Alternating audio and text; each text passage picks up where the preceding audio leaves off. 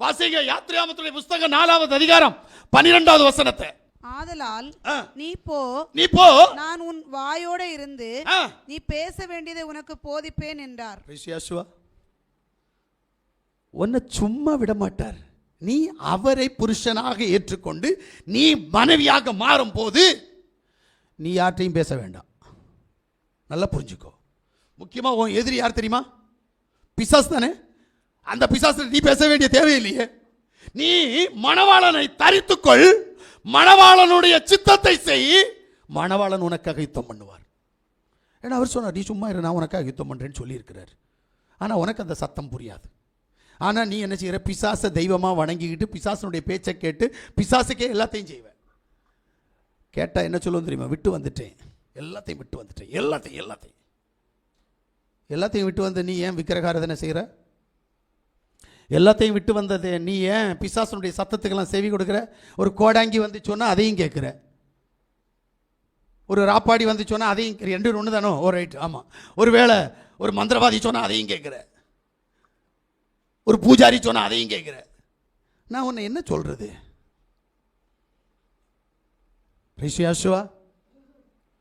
என் தேவன் பேதுரு ஏதோ ஒன்று சொன்னார் தெரியுமா உங்களுக்கு? என்ன சொன்னார்? பேதுரு ரொம்ப அன்பானவன், அவரை பார்த்து சொன்னார், பிசாசே அப்பால போ சொன்னாரா இல்லையா? உன்னை பற்றி அப்பா அவர் என்ன நினைப்பார் தெரியுமா? நீ பிசாஸ். அதனால தான் பிசாசனுடைய கிரியைகளெல்லாம் செஞ்சுட்டு எங்கப்பா யாசுவான்னு சொல்லிட்டு இருக்கிற. இதுதான் உண்மை. மாற்றத்தை உருவாக்குற வரைக்கும் தேவன் உனக்கு எதுவும் செய்ய மாட்டார். உன்னுடைய பிரயாசத்தில் நடக்கிறதை நீ பெற்றுக்கொள், அவ்வளவுதான். நெத்தி வேர்வை நிலத்தில் சிந்துகிற போது அதற்குரிய பலன் உனக்கு கிடைக்கும், அதை பெற்றுக்கொள். ஆனால் தேவனிடத்திலிருந்து பெற்றுக்கொள்ள வேண்டுமானால் தேவனுடைய சந்ததியாய், தேவனுடைய சத்தத்திற்கு செவி கொடுக்கிறவளாய் நீங்க நான் மாறுற போதுதான் தேவன் எல்லாவற்றையும் செய்வார். அல்லேலூயா. அதனால தான் சொல்றாரு, நீ பேச வேண்டிய காரியத்தை நீ பேச வேண்டாம், நான் உனக்கு பேசுறதுக்கு என்ன செய்யறேன்? வார்த்தையை தரேன். நேரமே பார்த்தோம்ல, வாய்க்கு அதிகாரத்தை கொடுத்திருக்கிறார் என்று. தேவன் அதை செய்வார். இரண்டாவது காரியம், யாத்திராகமத்துடைய புத்தகம் 33வது அதிகாரம் அதனுடைய 5வது வசனத்தை வாசிங்க. ஏனென்றால் நீங்கள் வணங்க கழுத்துள்ள ஜனங்கள். இப்படிலாம் இருக்கா? வாசிங்க. நான் ஒரு நிமிஷத்தில் உங்கள் நடுவில் எழும்பி உங்களை நிர்மூலம் பண்ணுவேன். ஆகையால் நீங்கள் போட்டிருக்கிற உங்கள் ஆபரணங்களை கழற்றி போடுங்கள், அப்பொழுது நான் உங்களுக்கு செய்ய வேண்டியதை அறிவேன் என்று இஸ்ரவேல் புத்திரருக்கு சொல் என்று மோசேயோடே சொல்லி இருந்தார். என்ன சொன்னார் தெரியுமா?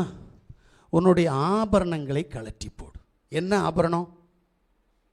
நிறைய வச்சிருக்கிற.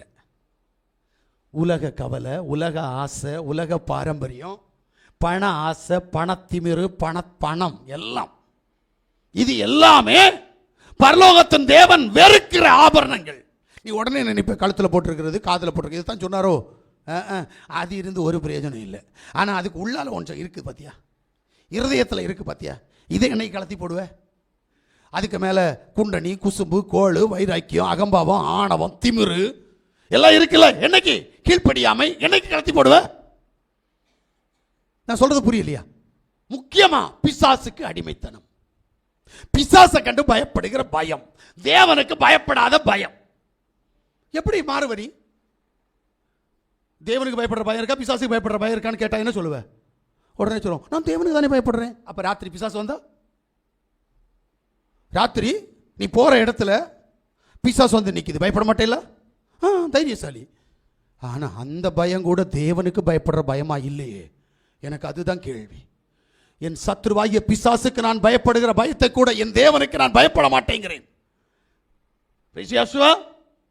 நான் சொல்றது புரியுதா?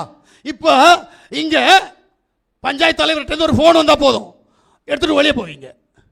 அப்ப பரிசுத்தராகிய தேவன் முக்கியமா, நாசியில சோசம் உள்ள மனுஷன் வேணும்னா ₹1,00,000 கிடைக்கட்டுங்க.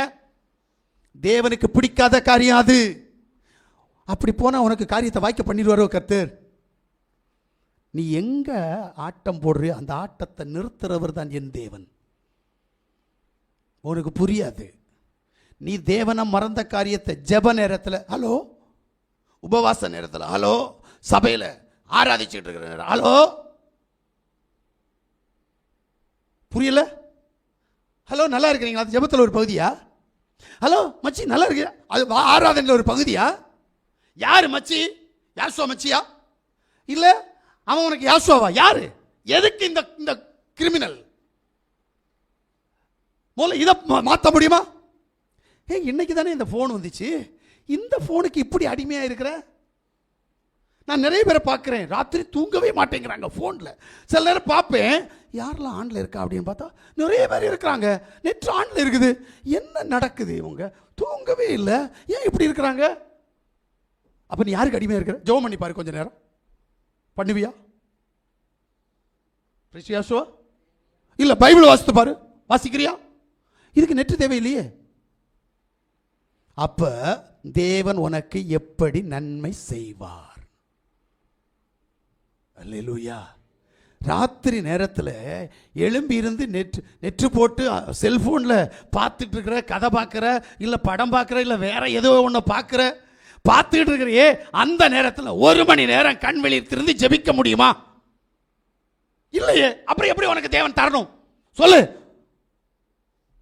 நான் கேட்கறது நியாயமாக இருந்தால் நீ ஒப்புக்கொடு.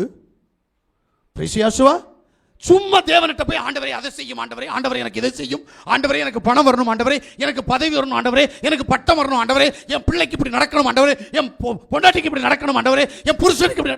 பஞ்சாயத்தெல்லாம் பண்ணாத தேவனிடத்தில். நீ திருந்தினா போதும், தேவன் உன்னுடைய தேவைகளை சந்திப்பார். அல்லேலூயா.